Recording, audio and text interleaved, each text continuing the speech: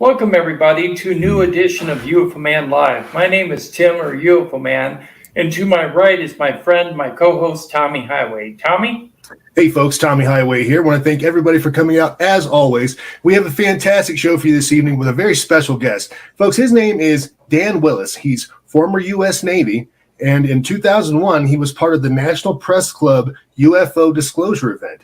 He's a UFO researcher and an expert on suppressed technologies, folks. We're talking about things that were either given to us from who knows where or that were actually collected as part of UFO debris. He's also a witness to a USO encounter while on active duty with the U.S. Navy in 1969. Folks, he also has his own website that's called thewebmatrix.net. It is our honor and my great pleasure to bring you Mr. Dan Willis. Dan, welcome aboard. Tim, Tommy, thanks for inviting me on. It's great to be on your show. Thank you. Our pleasure. Coming. Hey, Dan, we're going to start out with a little question for you, which is, can you tell us a little bit about your background? My background, I don't have a long military career. It was only 4 years in the Navy. When I was in the Navy, I worked at the U.S. Naval Communication Station in San Francisco. It was a major communication hub. Because of that, you have top secret messages, so it required me to have a high-level top secret security clearance. So I had a top secret crypto level 14 extra sensitive material handling security clearance. I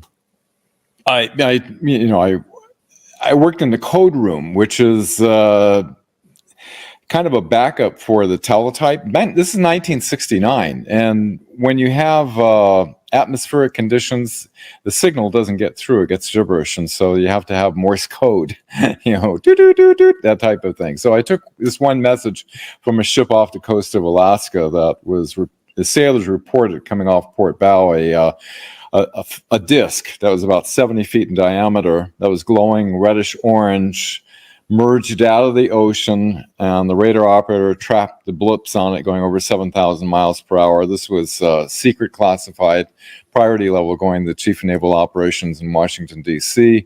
This is what seeded my interest all the way back in 1969. And since that time, I've been researching, and my background is I worked with the government for many years in electronics engineering and Naval Electronic Engineering Center. I was a broadcast engineer, most powerful FM station on the West Coast. I've done a lot of different things over the years. It was in 2001 that I was asked to join 20 witnesses that willing to testify under oath before the mainstream media of the world at the National Press Club. That's me, the only guy in the gray suit. At least it was in fashion, it was May. What we were disclosing should have been a world-changing event. We're talking about bases on the other side of the moon, 57 different species already categorized. We've had faster-than-light craft built back in the 1950s, ICBM,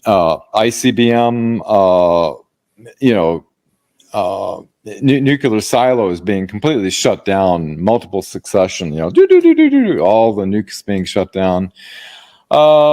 Future false flag events like terrorists being next. This was May of 2001. We all know what happened in September of 2001. My God, presidents, CIA directors being denied access, that we had 0 point energy.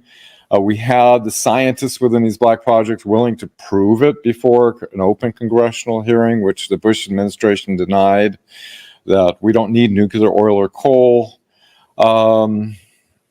Afterward, I saw what myself being an ex-ABC newsman, I couldn't imagine. The place was packed with reporters, largest event in the history of the National Press Club. 22 cameras in the back row. Reporters are asking everybody questions. How could the information, these witnesses that breaking national security oaths that were willing to testify under oath, that's penalty of perjury, before an open congressional hearing we're seeking. How could these 20 witnesses, backed by over 500 military intelligence, I mean, I can fit 20 of them in there, how could this not be a world-changing event? I didn't know in 2001 what Operation Mockingbird was. And so the intelligence community control the mainstream media, as all of us are becoming more and more aware of. And what they did was they did a limited hangout, which they made it sound as though you have hundreds of witnesses and these people willing to testify on oath. For what? They want to have a congressional hearing on the reality of UFOs, you know, but omitting all of the kind of damning evidence that our government's been infiltrated by these illegal operations and that we've had solutions that could help the world. Afterward, CBS did a one-on-one interview with me, and I said, I saw what CNN did, and I said, I'm only willing to do this unless I can say a little short 10-second statement. And that is, we have scientists that can prove we have a solution to get off nuclear, oil, and coal, you know, with 0-point energy. They promised, flew down from LA, interviewed me for 45 minutes. Afterward, the producer, she said, I never had this happen before. The higher executives, you know, read CIA, never, they made it cut that part out. And so the only thing I got to say on CBS is we've reached a critical point where the truth needs to be revealed to the public, but, you know, that truth never got out. So, so for the last 20 years, that was over 20 years ago. Can you believe it? I've been researching, and it was all because of a media company out of Hollywood wanted me to write, being an ABC newsman and a witness, write an article for them about the control of the media in regards to the UFO matter.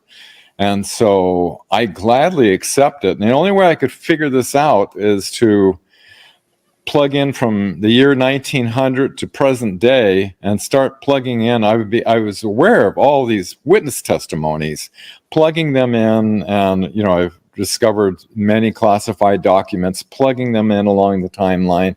And as you start to put this timeline of events and witness testimonies over an expansive time, after a while, you find out that what you learned in school and what the television, you know, reveals to you is a whole nother reality going on behind the scenes that, you know, what happened at the end of World War II, what infiltrations happened, what control of our perceptions happened, what plans were made.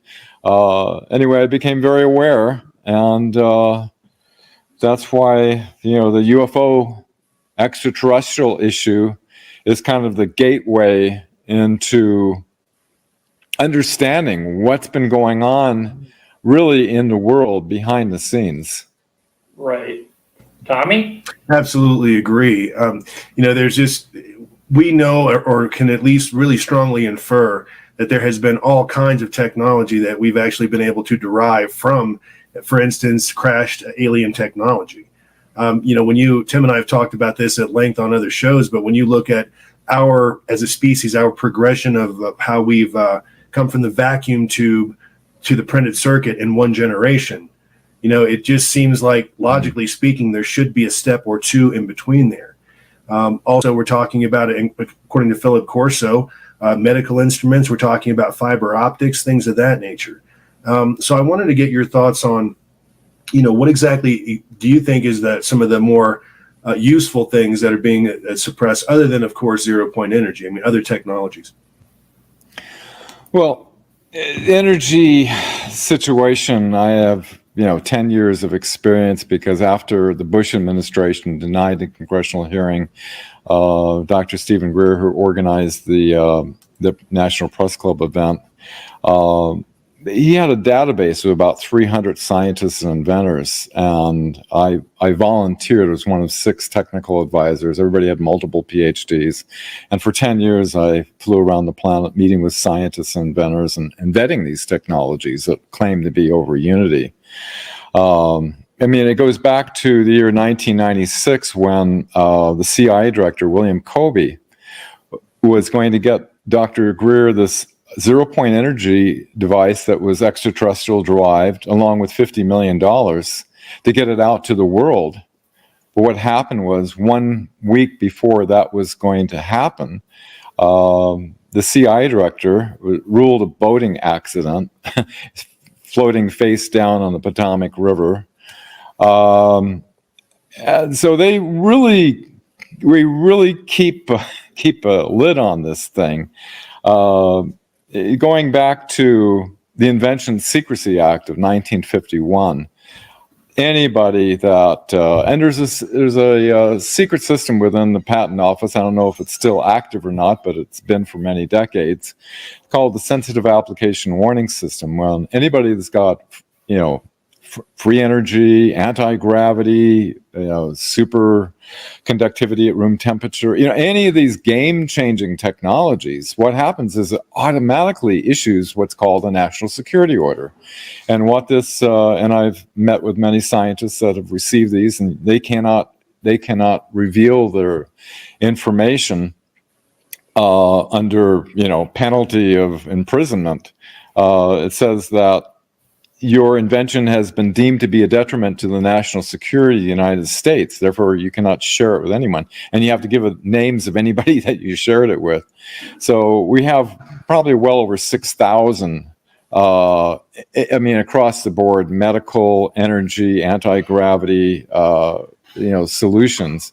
Our planet's pretty much technologically hijacked. I mean, I could go over the 10 years of experience. I mean, the nightmares, people suicided. Dr. Greer, my fiance and I, we flew to Virginia. We set up a laboratory. We met with a lot of these scientists that could prove their technologies. And, one had a energy device down in the Dominican Republic. I flew down with Professor Ted Loiter. It was 1 watt going in, 500 watts coming out of this energy device. And when I got there, the inventor said, 2 agents showed up at his door. They told him, this works, you're dead. And so he completely disassembled it. My job was to completely schematic it, blueprint it out, send it out through multiple different carriers in case we get whacked on the way back. Anyway, it's just a long horror story of they definitely keep a lid on technologies. And now we have, I'm one of the old witnesses, regular stuff. And then in the beginning of the 21st century, you start having people with total memory recall of their 20 years of service in the secret space program that are talking about incredible technologies, replicators, there you go. Med beds that people lose their arm or leg and they regenerates it within a matter of hours. I mean, this would completely dismantle our entire corrupt medical system, of pharmaceuticals. My great-grandfather was going up against Rockefeller. He was the president of Homeopathic Medical Society, where they were shutting down anybody that's coming up with anything that goes against the profits of the pharmaceutical industries. And, hopefully more gets exposed. And, God, wouldn't it be wonderful to have these technologies out for the entire human race to be able to benefit? Well, we've heard for decades that there's a heck of a lot more profit in treatment than there is a cure for just about anything. And that's really the way the pharmaceutical companies, I think that's their mentality. What are your thoughts on that, Tim? Yeah, medical company, all medical companies on the planet, in my opinion, are corrupt. They're all for profit. Yeah, they're all for profit and they change statistics and everything to fit their needs. I think that there are people behind the scenes that are controlling the narrative. And according to what I read on your thewebmatrix.net site, um, there is a cabal that is actually controlling the narrative. And if I'm correct in saying this, back in Project Paperclip after World War II, when the Germans came over and the German scientists and the other German leaders were brought over to the United States, they infiltrated our country in several different areas, including the deep state. And they're the ones controlling the narrative on disclosure and on these inventions. They're part of the cabal. Is that correct, Dan? Yeah, exactly correct, Tim. Yeah, exactly correct. They, across the board, they had a plan before the end of the war. They were researching the psychology of the American public. They know that we were very easily manipulated with fear, and that what they had was a plan, Weltanschauungskrieg, which as German translates to worldview warfare. They planned to infiltrate into the United States. Yeah, we won the war with Germany, right? But the the SS and the rest all completely escaped, and through paperclip, we had 1,600 of the former doctors doing in Germany. You can't say certain words, you be careful here. And they brought 1,600 of those people into the CDC, and they planned to control the mainstream media, which they did with Operation Mockingbird. And also the Bilderberg groups control that along with the Council of Foreign Relations and Trilateral. And they also, with Project Dove with Hollywood, controlled the education, which they did in 1946 with the Rockefeller Foundation. They completely rewrote the history. You think that would be illegal, of what happened at the end of World War II. So what they did was they created it's called a matrix of perception. So generational indoctrination, as you're born into this, what you learn in school, what you see on TV, the science fiction movies and so forth, forms your reality of completely, it's like a Truman Show kind of thing, where you have these incredible, this other world that is beyond what you would see in science fiction, that has been developing going back to the 1930s, 40s, and then they have just the science and things that they have. You can imagine working with advanced races that are thousands or even millions of years in advance of us, and understanding who we are, what the matrix is that we're in, and the science of it, such as the holographic med beds. What's interesting was in the mid-70s, I had a unusual ET experience that related to geometry and consciousness, that put a burning passion in me. I was like totally new about what the matrix is and how this relates to water and quartz crystals. And I sought out the one scientist that was still working for IBM, Dr. Marcel Vogel, who set up a laboratory researching these exotic sciences. And one of the devices we imported from England was this camera called the Delaware camera that could take a drop of blood. And it was an amazing device. It used sound and light. It oscillated, and it goes a lot more complicated than this. I'm making it very simplified, but it basically projected into 3 angles a holographic projection in space, and they were able to capture it on film. And not only that, but they were able to tune backwards and forwards into time.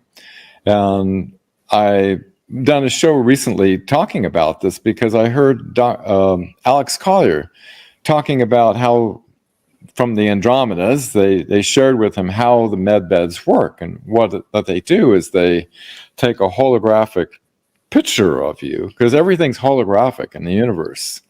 And that picture has within it the component of time that goes all the way back to your conception. And so what they do, they're able to go through slides and I mean, this is amazing advanced technology that can pick the different aspects of your body when all the different aspects of your body were optimal, and then they combine that into a hologram, they overlay that onto you, and it instantly, maybe within a few hours or so anyway, transforms you. This is how the 20 and back programs work. They're able to take somebody in when they're 17 years old, put them on a separate timeline, the 20 years tour of duty in space, and then they time regress and age regress back to the point of enlistment. So you don't even skip a beat, and they erase your memory, right? And then as 20 years go by on this timeline, people start having total memory recall of their services. And I'm sure you guys have interviewed a number of these secret space program witnesses, all having similar experience where they're starting to recall starting out with Michael Ralph. He was one of the first. They started the program back in the 1980s. So what's 1980 to 2000? So he came out in the year 2000, and Randy Kramer, and was having total memory recall. And so there's so many, Tony Rodriguez, very many, Michael Gerloff.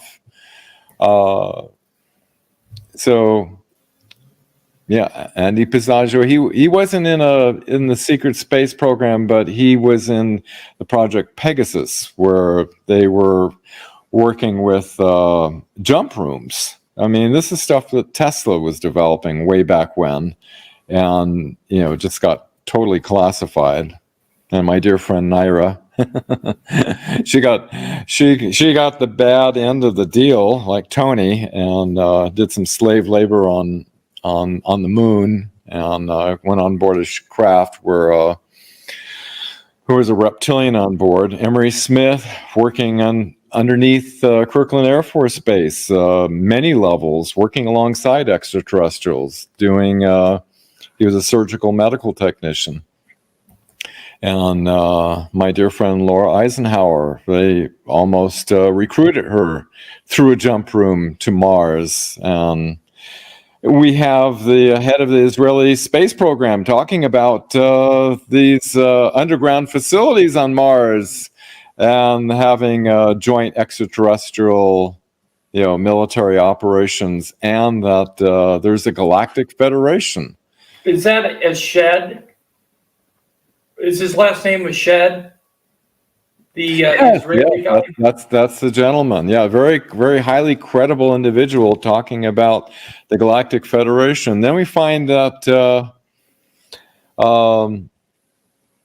you have Leslie Stevens, who was the creator of Outer Limits, that Gene Roddenberry was on his set, and his father was Admiral Leslie Stevens, deeply connected in Office Naval Intelligence Psychological Operations, who was a contemporary with Admiral Rick Oboda, who was working with the 29 Navy spies, embedded into, they were trying to catch up. The Third Reich was way ahead of us. And so, William Tompkins was disseminating this information to universities and corporations that are trying to figure this stuff out from the Navy spies. But what's fascinating is that Gene Roddenberry was given, through the Office of Naval Intelligence, working with the Galactic Federation, the script for Star Trek, which seeded into millions of minds this positive timeline. Hollywood is so powerful in that each of us is like a fractal of a larger collective mind. And what we see on television, it forms our perceptions. And so if you have millions of minds all thinking about something, like, like the Captain Kirk's communicator, with the old flip phones, and they're talking about warp drives and teleportation and all these concepts that were like totally new back then, were being seeded in by the Galactic Federation.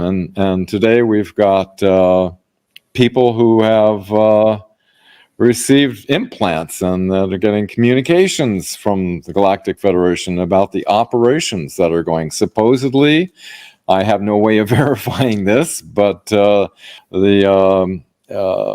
Galactic Confederation, different from the Galactic Federation of Worlds, has a huge armada of craft hanging out near Jupiter, and they all come to watch the show. From what I understand, is the Dark Cabal, on this planet is basically at the end of its reign, and that they've agreed to a surrender, and they'll be taken through a portal in Antarctica to another galaxy in a prison planet far, far away, and unable to come back. And that would be such a glorious day. It'd be like such a celebration on Earth, because these people have manipulated our media and manipulated our education, kept our planet technologically hijacked for so many decades. I've heard that CERN, the massive collider, is actually a gateway to the planet Draco to keep the portal open so that they can traverse from their planet here. And didn't you mention on your webmatrix.net that the Draco made a deal with the Germans during World War II? Oh, yeah. That's how they were able to. Well, they were already pretty bright people, and were doing some reverse engineering. And the Viral Society was getting. Maria Orsic was getting from the Albarian constellation in the ancient Sumerian script of all things, and she gave it to her father, who gave it to Professor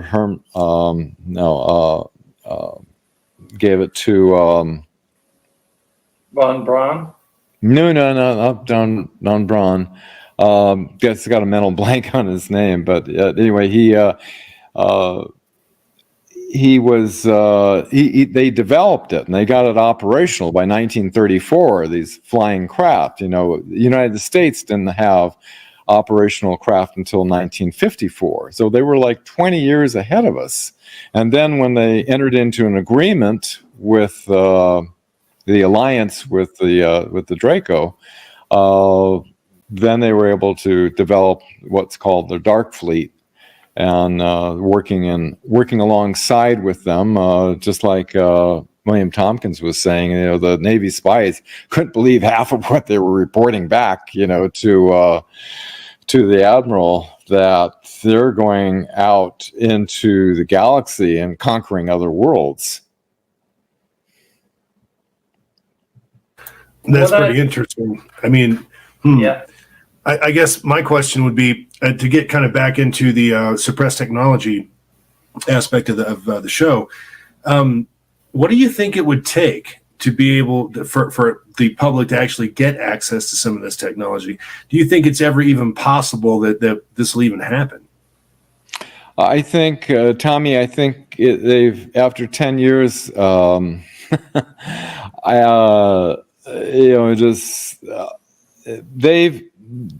only way that technology is going to come out is if we clean house here on this planet. Once we can clean house, and then amazing things can happen. You can imagine. I mean, it's ridiculous. We're running internal combustion engines, and we have anti-gravity. People could be living remote places. I live off the grid in the mountains. I love it. I love being completely self-reliant, disconnected from all the corporate, necessities, being able to grow your own food and everything. I think everybody could have an amazing life. There's plenty of, it's not a population problem, whereas there's plenty of planets in this galaxy that could be inhabited. And there's remote places where you could have, you can generate your own food, your own power, water, everything. And you can have anti-gravity cars that can go to anywhere. And amazing, when I was a little kid in the early 1950s, I was thinking, my God, the year 2000, we're going to have anti-gravity cars and we're going to go to other planets. It's going to be incredible. And here it is, year 2022, and we're still using gasoline. It's a situation that I think everybody is. There's a certain percentage of the population psychologically that still finds it. I think it's a comfort factor that the mainstream media, the evening news, when you're watching it, it's just too hard to believe. And that's why it's so important to understand the whole UFO topic, because when you dig deep into it, you find out the whole history of how they control everything. What happened? In fact, the event that I participated in the National Press Club in 2001, what brought about that event? It was because President Eisenhower had to sign a surrender agreement back in 1955. And every single president, CIA director, heads of intelligence have been denied access. Maybe, George H.W. Bush access, but just about everyone has been, Kennedy 10 days before he put in a request for the files. What happened to him? Allen Dulles set up an assassination directive. Then you have Jimmy Carter, who had a UFO report that he reported, and he made it a campaign promise to reveal this information. And one of the 20 witnesses was Daniel Sheehan, an attorney, and he gave testimony that George H.W. Bush denied the sitting president access to the files. And then in 1993, Clinton wanted to have information. He was curious on the UFO matter. He had a CIA director, James Woolsey, look into it. A CIA director was denied access, and he exhausted his military and intelligence channels. And so he had to bring in a civilian, the director for the Center for the Study of Extraterrestrial Intelligence, Dr. Stephen Greer, who in this 3-hour meeting brought a big stack of documents substantiating the reality, and the words out of the CIA director's mouth is, I know the subject's real. I'm just trying to figure out why the hell I can't gain access to it. And so Dr. Greer met with some military advisors. They decided not to collect, just a dozen witnesses, but collect hundreds of witnesses. And so from 93, which kind of interesting. From 93 to, 93, and then what happened after that? Oh, in 93, I was meeting with Bob Lazar outside Area 51, along with a group of about a dozen researchers. First time I ever went public. I had my camcorder. No recordings were allowed whatsoever, so I recorded the full 2 hours. I'm being hit nonstop with questions. His testimony has been consistent over the decades. And you can see that video at thewebmatrix.net at the 1993 timeline. But what was interesting about this meeting outside Area 51 was that it kind of freaked the base out, and so they went into lockdown, and a NRO classified advisory went out to all base personnel, to avoid these people at all costs. And on this advisory, there was a distribution list of unacknowledged special access programs, such as Magi Ops, Cosmic Ops. Somehow Dr. Greer was able to acquire this document And in 97, he met with the head of the intelligence for the Joint Chiefs of Staff, Vice Admiral Thomas Wilson, and looking at these unacknowledged access programs that were reverse engineering extraterrestrial craft. And he was denied access. He was not only denied access, but as documents show that surfaced later, that he was threatened. He was threatened to back off, drop this issue, or he would see an early retirement and lose rank. And he told Dr. Greer, if you can get your witnesses together, they're willing to testify under oath, you have my permission to go to the media, mainstream media with this. This group is illegal. And so that's what brought about the 2001 event. We were attempting to warn the people of the world of these illegal operations, but they control the mainstream media, so it got sanitized. Interesting. Go ahead, Tommy. Well, I mean, we've known for a very long time that a lot of folks unfortunately met an untimely demise dealing with ufology and, or even for that matter, energy projects, things of that nature. We also know a lot of people have been bought off, things, and just you name it.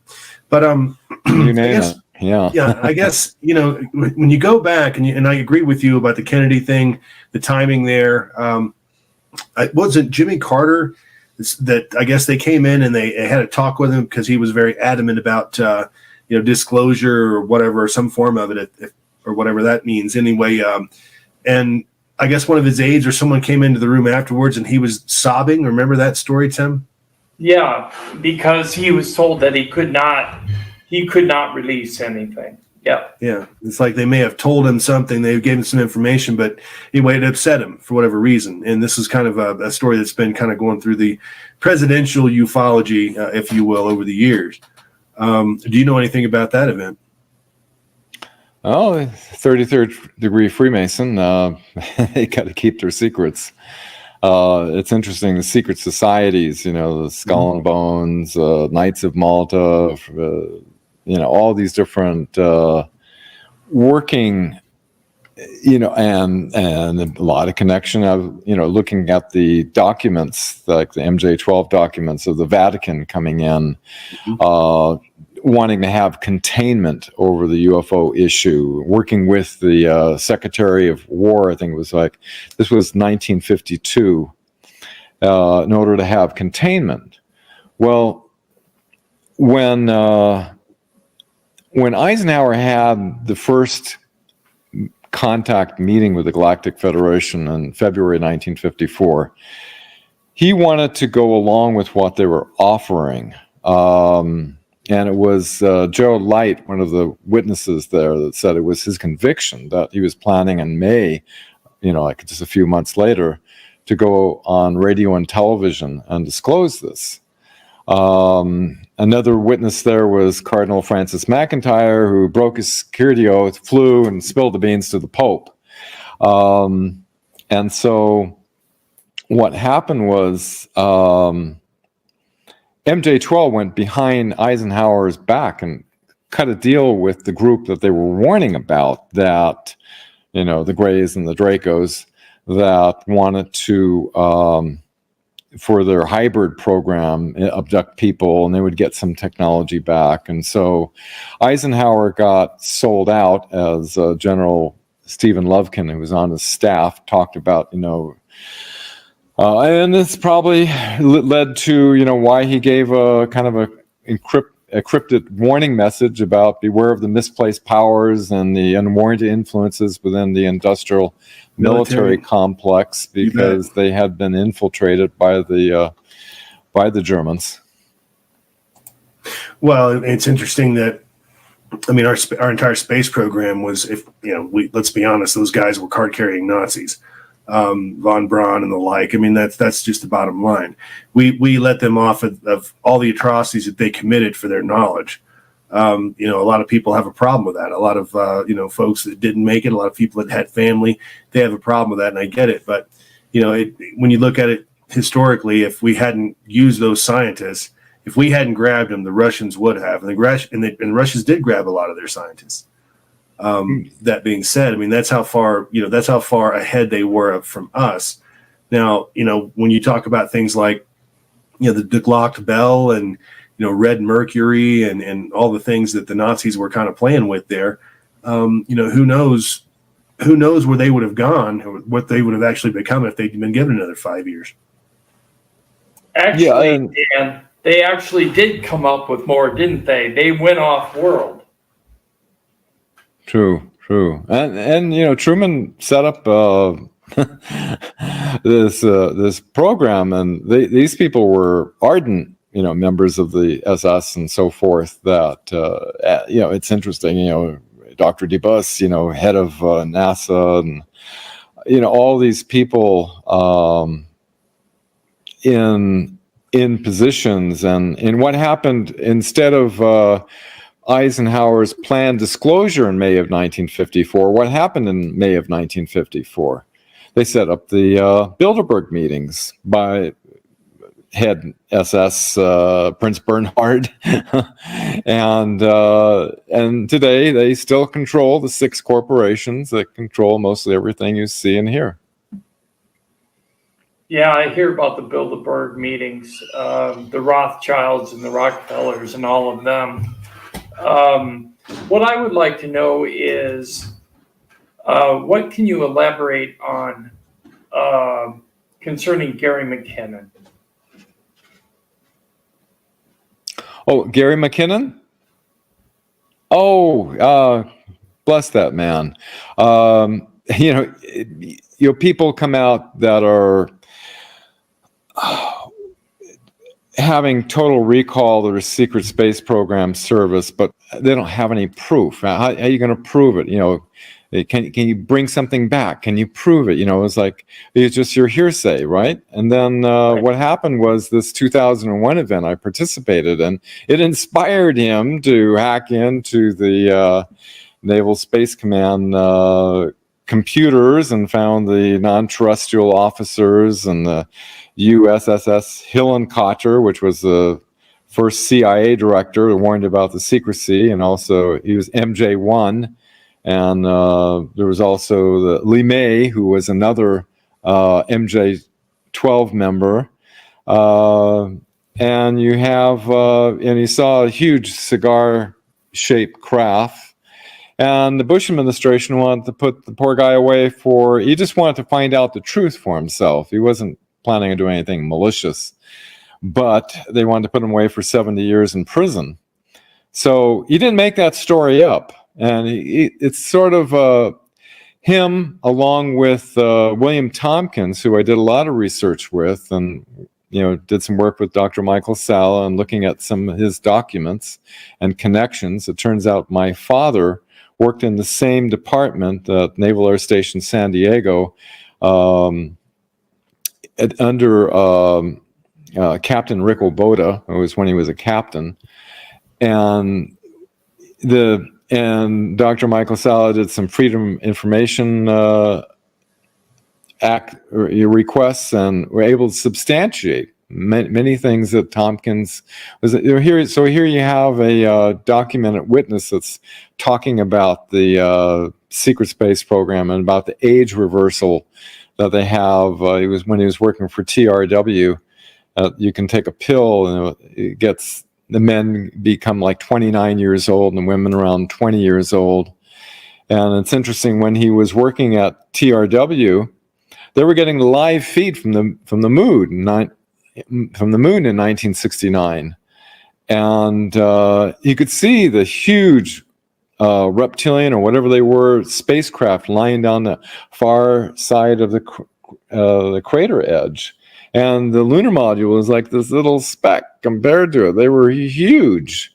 And from what I understand, ham radio operators were, people say, oh, we didn't go to the moon. Well, how do you get a directional antenna? Myself being a ham radio operator, you can't get a high band directional antenna unless you point it at the moon in order to get the signal. And Neil Armstrong was saying, "Oh my God, these babies are huge. I tell you, there's spacecraft lined up along the far side of the crater." But NASA said it was an overheated camera, so they cut that feed. So what happened? I'd always heard that they'd gone to the medical channel to which was a private channel to NASA, and I guess that's why they were reporting it via that way. It's what I always heard. Yeah, so we did go to the moon, except we were warned off. Right, and I do believe that we've been to the moon. That's probably something that we're going to discuss in our other channel, UFO Men, on Thursday nights. But yeah, I mean, and there's just so much as far as Gary McKenna is concerned, and that's also something, folks, that we're probably going to discuss next week on next Thursday's show. But he tells such an excellent story, and he put himself out there. The guy can't travel out of the UK. I mean, he's got all kinds of issues, legal issues, because of this. So it actually happened. He actually hacked in. And, whether or not you believe his story, I personally do. I believe he saw something that was very interesting and disturbing. Was he being fed false information? I'm not really sure about that. And Dan, do you think that McKenna could have been fed false information just to report it? All we can say is that what we know is of a certain degree of high probability. As you research more and more, and you gather more and more evidence and more indicators, certain things have a really high probability that are most likely true. It's fairly unlikely that he hacked in and revealed the information that he did that matches all sorts of other testimonies, and that he's making it up, and he risks going 70 years in prison to tell a story like that. But they were really upset that he leaked that out. I actually have a clip of him talking about what he saw. If you don't mind, I'd like to bring it up. Hold on here. Here we go. Yeah, it was my fellow witness friend that oh God, I got a lot of blanks today. God. Well, anyways, here's the clip. Anyway. But it was a proprietary NASA format. You have to turn up your volume, guys. So I just double-clicked one of the files, and the associated imaging software launched, and I waited, and then I waited, and then sort of line by line, very slow, very jerky, the image started appearing on the screen, but it was painfully slow. So I shut down the imaging software. I turned the color down to 4 bits, possibly 2 bits, so you get a lot less color. Turn the resolution down to, I think, 640 by 480 in order to get a look at this image as quickly as possible, low color, low resolution, and then download it, then close the connection. So I thought I had plenty of time. I thought I was going to watch this, then transfer it across. I launched the image again, and it was still painfully slow, but it was a few times faster than it was the first time round. And the top section of the image just seemed to be like a muddy sort of black and grey. But then the hemisphere of a planet started to appear, and I began to see like cloud formations. I don't remember seeing any recognizable terrain or any terrain at all. I just assumed it was Earth because it was white clouds, and the muddy darkness was obviously the space above Earth. And then the craft began to appear. First thing I saw was the top of a dome, because although it was classic cigar shaped, it had these sort of geodesic golf ball, like radar domes above and below, and no features in the craft at all, no insignia, no rivets, no seams, no sign of your standard man-made manufacturing at all. Very smooth one-piece object. Then I jumped to my seat because the mouse started to move, on its own.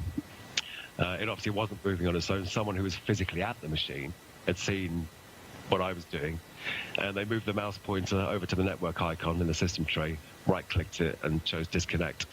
I couldn't believe it. As I was watching, I hadn't even seen the whole image yet, and I'd been disconnected. So that was my eureka moment, but I also lost connection at the same time. But I had seen it, I found exactly what Donna Hare had said would be there, exactly where she said it would be, a sanitizing lab in Building 8 of Johnson Space Center that processed the imagery. And the first image I looked at featured some kind of exotic craft. So it was confirmation in my eyes. It was confirmation of Donna Hare's amazing story. I also found another piece of evidence. I think it was on a Navy network. I can't quite remember. It supports the secret space fleet theory. It was an Excel spreadsheet entitled Non-Terrestrial Officers. I don't know if that was the file name or just the title once you were in the spreadsheet. It had names, ranks, ship names, list of materiel, spelled with an E at the end, materiel, meaning military materials, chemicals, like exotic sounding chemicals that were under ship-to-ship transfers and fleet-to-fleet transfers. So, yeah, quite an exotic document. It was almost like you found the admin office of the secret space program. Non-terrestrial officers. That I googled the phrase at the time; it was nowhere to be found. And now, if you Google it, it's just in connection with my story. That's still in my hard drive in Washington, and the office of the ONI, the Office of Naval Intelligence. I don't think I'll see that drive again. Yep, that's the footage right there. He's not making that up. Yeah, he was inspired by the witness Donna Hare. Right. Blank there for a second. He's a close friend. We toured, sat and had lunch with her and Commander Graham Bethune, who was an actual pilot for Admiral Byrd that flew him down to Antarctica. I found out later. But it was her testimony where she worked at NASA for 20 years. And she says, I don't know how they do it. They have people that worked here all this time. They have no idea of these secret compartments going on. Her testimony was that NASA is airbrushing UFOs out before they're releasing the public, and that the astronauts are sworn to secrecy about what happened when they went to the moon. She wrote me a private letter, not sending it over the internet, that she had her life was threatened, and she had attempts against her life, and she recently passed away. They said it was from cancer. We have a couple of witnesses like Mark McCandlish, who testified about the alien reproduction vehicles, that last year he was suicided, I believe, with a shotgun blast. And he was going to testify at the Senate hearing in June of last year about his testimony of our faster-than-light craft. Now, this was only 1 week after Mike Tuber comes public and says, oh, the testimony I gave 2 years earlier about the tic-tac that everybody got saturated on the media with going back to 2017 is actually made in a Lockheed facility in California, and that can go 24,000 miles per hour and 500 miles per hour under the ocean. And he came out and said, I made the whole story up. There's nothing to it. I was just a psychological test. Very suspiciously, right?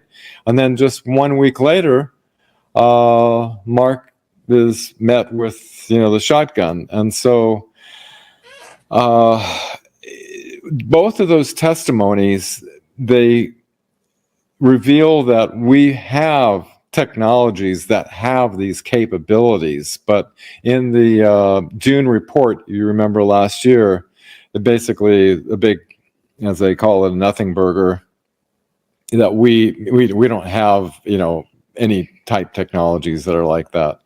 So, and then you have Carl Wolf, who visually witnessed the bases that are on the dark side of the moon, and he was on his bicycle and some big truck ran him over and killed him. So, there's a lot of suspicious activity of people that have been witness to some information that is not wanting to get out there publicly. Well, they took a shot at Bob Lazar back when he was coming forward with his story. Yeah, that was pretty bad. I mean, what are your thoughts on Bob Lazar? Say again, Tommy? What are your thoughts on Bob Lazar? I believe he's totally legit. He was replaced because of another guy cut open a reactor and they needed a replacement. And he was an out-of-the-box type of thinker. And so William Tiller saw him as, a potential candidate, for reverse engineering. Now, these operations are very compartmentalized, as you know, and you're even given disinformation. Or you worked at S4. He talked about Operation Looking Glass, but he said, they can only see a couple of milliseconds into the future or past. And he said that, we're unable to make any progress because it's so compartmentalized. We don't have a wealth of different minds, from different scientists being able to look at this thing, that was this Zeta Reticuli craft that was using these gravity wave amplifiers. But apparently, and you have, what's his name coming out in the New York Times, that saying that, we haven't made much progress. Well, that's not true. We've made a lot of progress, and they're trying to keep that illusion going that, and you have to wonder about Werner von Braun's deathbed testimony, which the next thing in line, they have this long sequence of false flags. The next one is going to be a terrorist event, which we had in September, just 4 months after we revealed that. And the next one in line was going to be rogue nations. And then we had rogue nations. We've got North Korea and Iran. And then the next one in line that hasn't happened yet is the asteroid event, followed by the alien invasion, which we've got different takes on that. I heard Randy Kramer's take on it they're going to bring in this insectoid race. It's going to look it's going to be kind of a shock and awe type of thing. But I don't know. I think, they were planning this alien invasion, looking back at the report from Iron Mountain, this is back in 1967, talking about fabricating creatures from outer space, and they were talking about how they did experiments psychologically, which they were. The Third Reich was doing experiments psychologically with the Space Brothers from Venus back in the 50s, but it actually, as you're aware of, you have...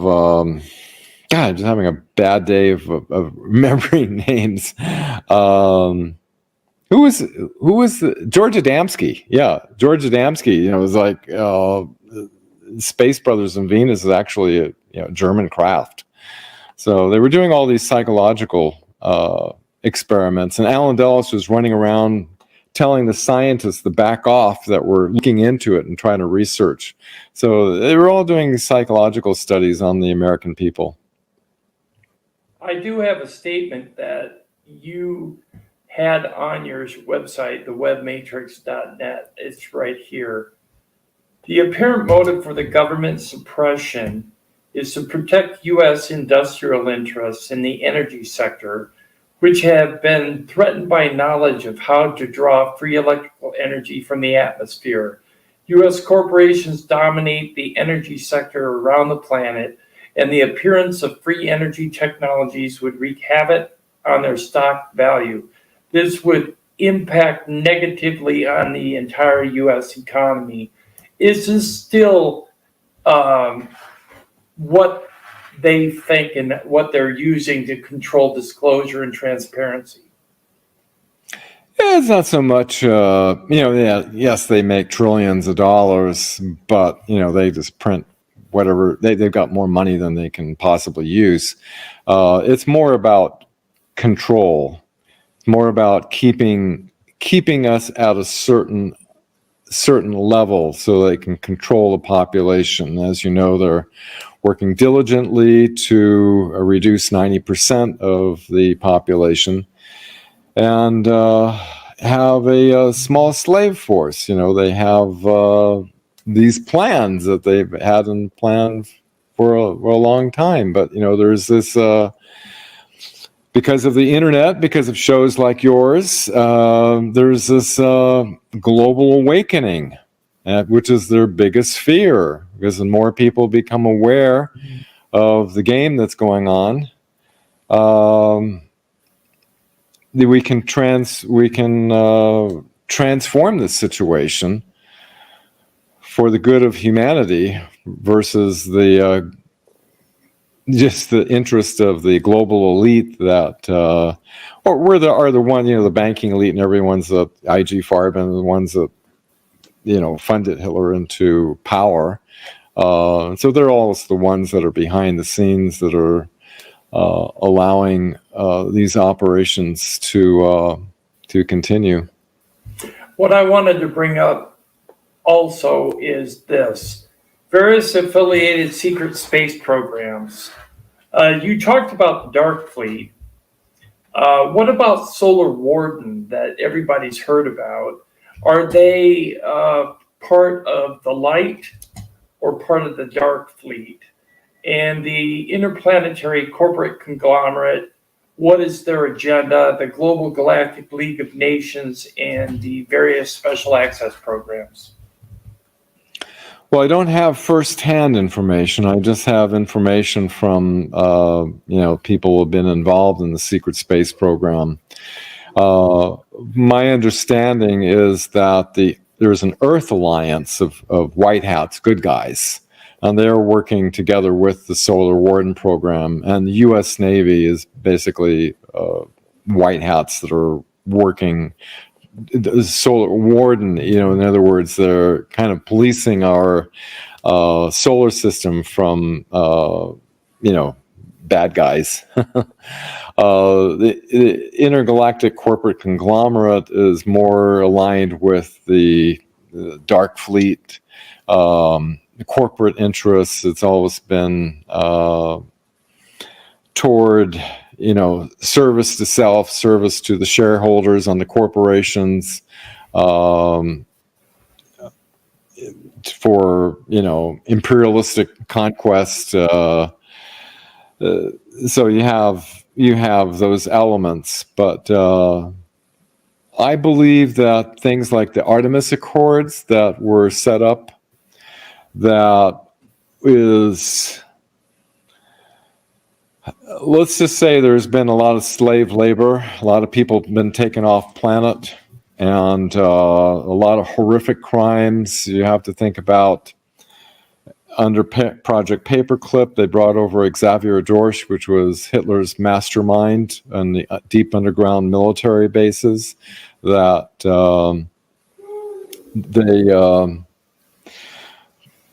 they started tunneling out in 1946 in the Manzano Mountains in New Mexico, and they have networks of hundreds of these deep underground military bases.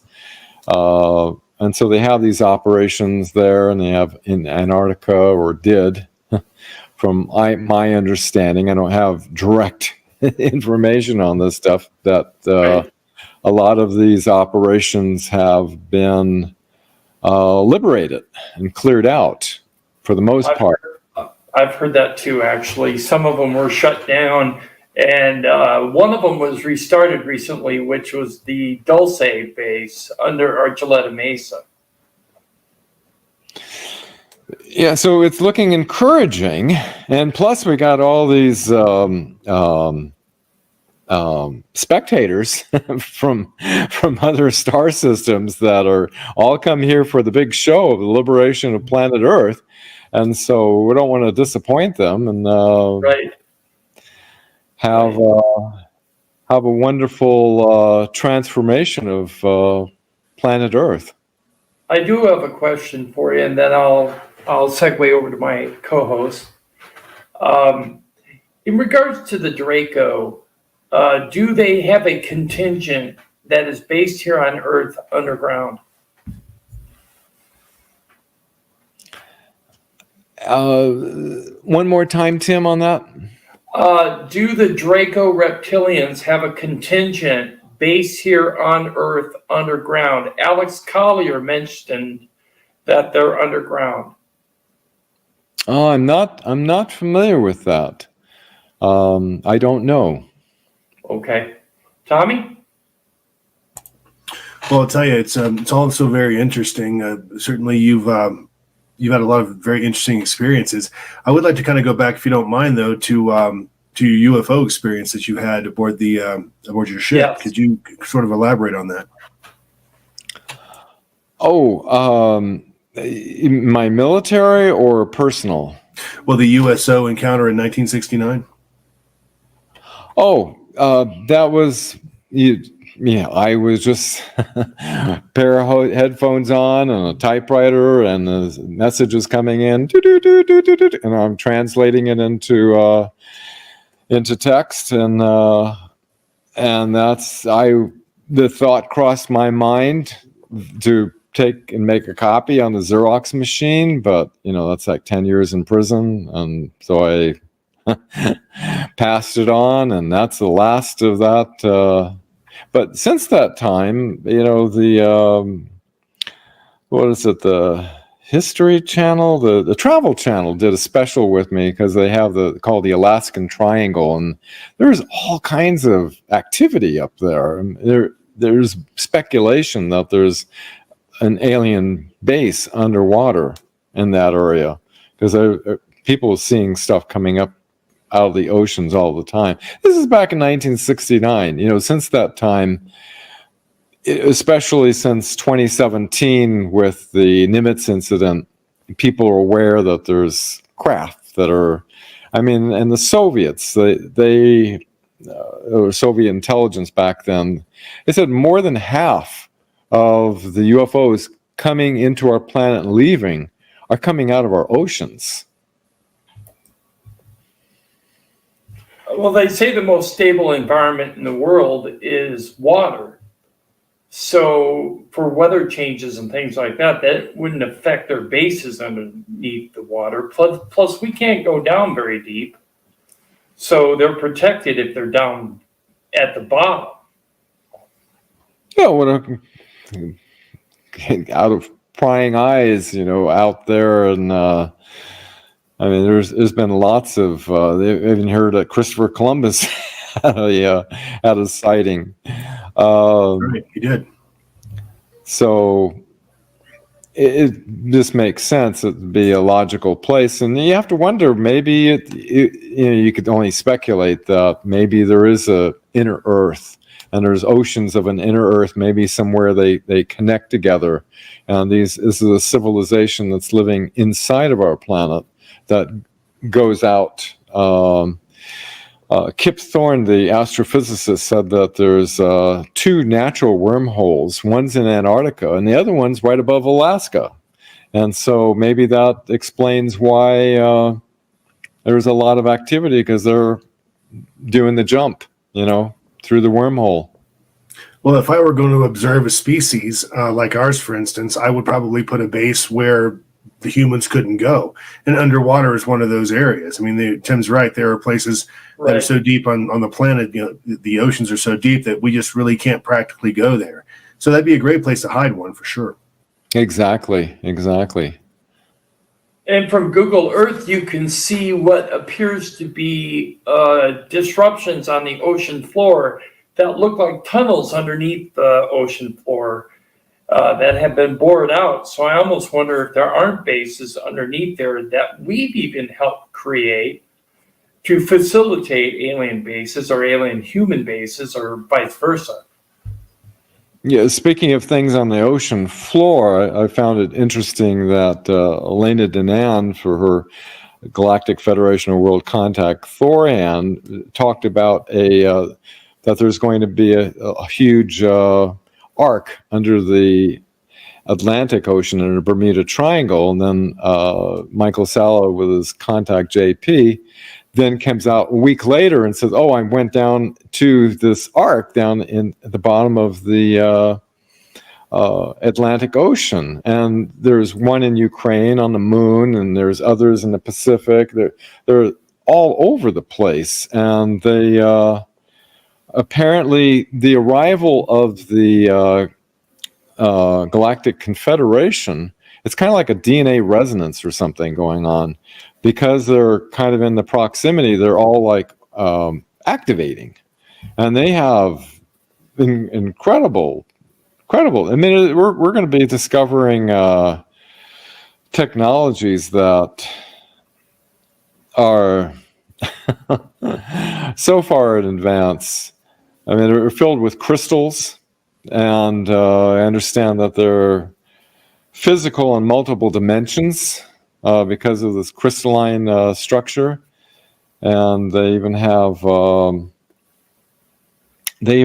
these rooms that have this water that's being suspended in space, and they're used like for a jump room from the moon to the Atlantic Ocean to the two arcs. They're all interconnected, supposedly. I mean, I'm just following all this information. It's just fascinating. Also Linda Moulton Howe, I did a show with, the huge octagon down in Antarctica with all these hieroglyphs, and I mean, these things are massive, and it's just incredible. And they all talk about being illuminated on the inside with no visible means of lighting. And I knew Dr. Ray Brown, who was a treasure hunter in the Bermuda Triangle, that went into this pyramid, and there was a crystal that was surrounded by chairs inside the pyramid, and he took the crystal. Dr. Vogel I worked with, he was working with that, and he said that the whole room and everything, and this is under the ocean, it was filled with water, obviously, was illuminated. And so you have all these technologies that we are a long ways from understanding yet. Tommy? It's very interesting. I mean, there's so much that we don't know about our own planet. To think that we have any grasp of what's going on cosmically is a joke, and that's true. But I'll tell you, one of those things is just McKenna's story. That's very interesting. Maybe there's more going on than we actually do know about. Maybe there is. If that story is in fact true, Gary McKenna, then I mean that's incredible. That we're talking time travel. We're talking reverting people back and basically setting their age odometer back, if you will. Just all kinds of really, really interesting things going on there. And Tim and I think we're going to cover that a little bit more on Gary McKenna, guys, on Thursday night show, the UFO Men show. By the way, wanted to thank everybody that came out for that. That was Thursday at 9:00 Eastern time. I had a great time doing it. Next week we've got we're going to talk about Gary McKenna. We're going to talk some UFOs. We're going to have a video with that, and also we're going to be talking some paranormal. We're going to go ahead and bring our good buddy Jax on. He's going to bring his equipment on to tell us all the things that he's recorded, things that he's witnessed as far as, ghosts, poltergeists, and things of that nature. So make sure you guys come and stay tuned for that. Yeah, Jax from Paranormal Underworld, who is currently in the chat room. So welcome, Jax. And we're looking forward to having you on next week. But I want to say this to Dan. There is so much material on your thewebmatrix.net that people should go over there and read it. It must have taken you quite a long time to compile all of that, because I've been reading all day, and I think I've only caught up on Secret Space Program and the conclusions. But a lot of that I already knew in advance, but you were more detailed. So I want to say I appreciate your content, and people should definitely go to thewebmatrix.net and check out Dan Willis's research. Very important. It's not a professional site by any means. It was an extension of that article that company wanted me to write, and so it's just my online notes that I've been taking. And there's sections in there that I can't even talk about because we get censored. Right. Yeah. But yeah, it's so important that everybody does their own research. You have to think about it. What if Gary McKinnon was making that up, and all these people, this long line of people all talking about 20 and back and solar warden program and all this stuff, if it's all like some great conspiracy where they're all somehow mysteriously behind the scenes corroborating in order to make up this illusionary story about the secret space program and, and the Germans and what happened and everything, then we have an even more bizarre situation.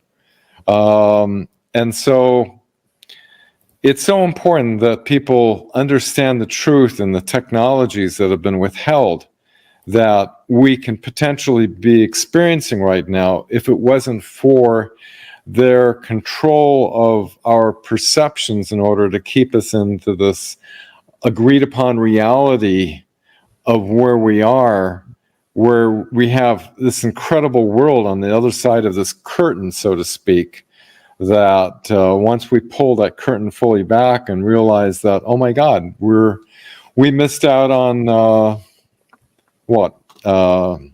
50, 60, 70 years or more of technological evolution that could benefit humanity. And especially those metabeds, because if they can regress you 30 years or more to your optimal physical self, then you can extend life for hundreds of years. Yeah, there's just way too much suffering on this planet. Too many wars. I've had to go into combat action in Vietnam on the rivers because of the false flag Gulf of Tonkin event. And then all the poor guys had to go because of the other one on September that we warned about and on 9/11. And, who knows what's going to be happening here in Ukraine coming up. And we've got to stop this negative vicious cycle that's being controlled by a group that has complete control of Hollywood, the media, our education system, and take back our planet. That's why I say when people watch TV, mainly television, and read the newspapers, that we're being brainwashed, man, and in believing their narrative, their totally rhetoric. manipulated. Yep, absolutely. But we're just baseless conspiracy theorists, all three of us. Right, that's what they say.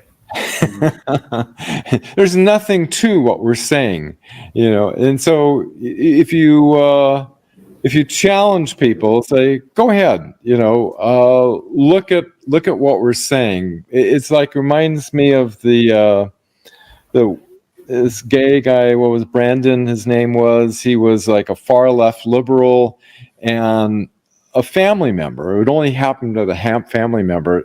Challenged him. He said, CNN's fabricating that information. No, they're not. No, they're not. And so she dared him to look into it. And he looked into it and he said, oh my God, they did fabricate that. And if they lied to you there, what else do they lie to you? And as he started to research, see, it's like the little crack in the dam that once you start to look into it a little bit, you start to see it starts to reveal itself. Otherwise, it's like it's a very uncomfortable reality to know that you're being deceived and lied to, that could actually end to your demise if you follow the instructions that they're giving on the television set. So it's just it's like Hitler said, it's like, you don't tell a little lie. You tell such a huge, enormous lie that people can't fathom that, such an enormous lie could be told. Like Mark Twain said, it's easier to fool the people than convince them they've been fooled. So, but there's many glitches in the reality. And they try to do with their fact checkers and everything, try to do whack-a-mole, to try to hide all the bits and pieces of truth coming out. But people are catching on to the glitches in the false perception matrix. I do have a question from the audience from Mr. Brett Elliott, and he's asking, have we reverse engineered alien technology? How what is reverse engineered? Have we reversed alien technology? Oh, yeah. Yeah. Yes. Yeah.